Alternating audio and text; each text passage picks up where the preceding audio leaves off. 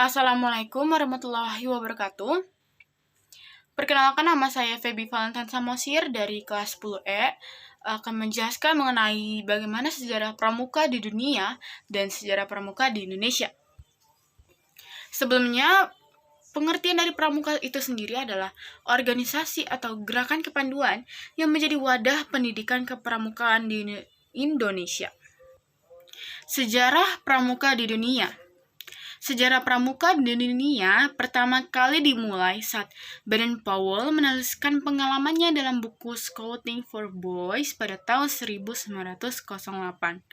Buku tersebut dibuat untuk panduan acara perkemahan yang dirintisnya pada tahun itu. Buku ini sangatlah laris bahkan di luar Inggris, sehingga bermunculan organisasi-organisasi kepramukaan yang ditujukan kepada anak laki-laki saja. Lalu pada tahun 1912, Baden-Powell bersama adik perempuannya Agnes mendirikan organisasi kepramukaan untuk wanita yang bernama Girls Guides. Pada tahun 1916, mulailah berdirinya organisasi pramuka untuk usia siaga yang dinamai CUB atau Anak Serigala, dan pada tahun 1918 kemudian berdiri organisasi Rover Scout yang ditujukan untuk kelompok remaja usia 17 tahun.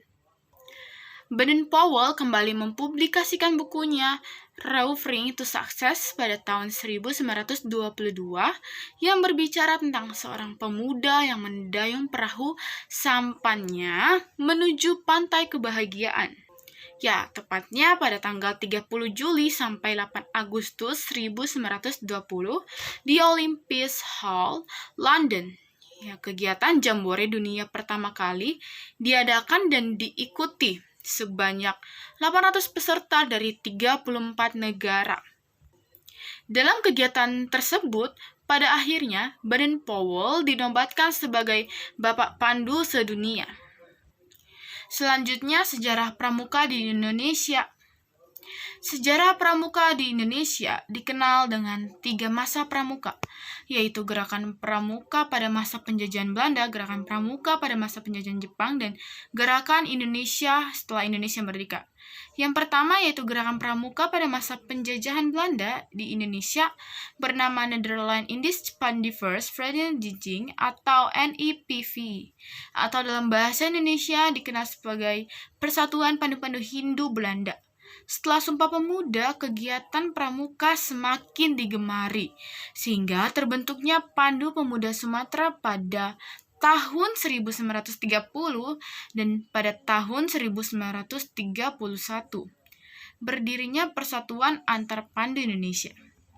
Kemudian di tahun 1936, hal itu berubah nama menjadi Badan Pusat Persaudaraan Kepanduan Indonesia atau BPPKI. Ya, BPPKI ini melakukan kegiatan Perkino atau Perkemahan Kepanduan Indonesia OMOM. Ya, perkemahan inilah yang menjadi cikal bakal pelaksanaan kegiatan Jambore hingga sekarang ini. Pada saat penjajahan Jepang, gerakan pramuka masih berjalan dan masih bisa bertahan. Namun, di saat Jepang menyerang kepada Belanda, ada banyak tokoh kepanduan Indonesia yang ditarik masuk ke Imbondan, Peta, dan Seinendan. Jepang melarang berdirinya partai dan juga menganggap gerakan pramuka berbahaya karena dampak meningkat persatuan dan kesatuan rakyat kita. Hal itu tidak menyurutkan tekad kita untuk menjalankan Pekino 2 dalam memperjuangkan kemerdekaan bangsa Indonesia dalam mengusir tentara Jepang. Setelah kemerdekaan Indonesia tanggal 28 Desember 1945, didirikannya lah organisasi Pandu Rakyat Indonesia di Solo yang menjadi wadah kepanduan di seluruh Indonesia. Lalu pada tahun 1961 terdapat 100 organisasi kepanduan di Indonesia yang dibagi menjadi 3 federasi.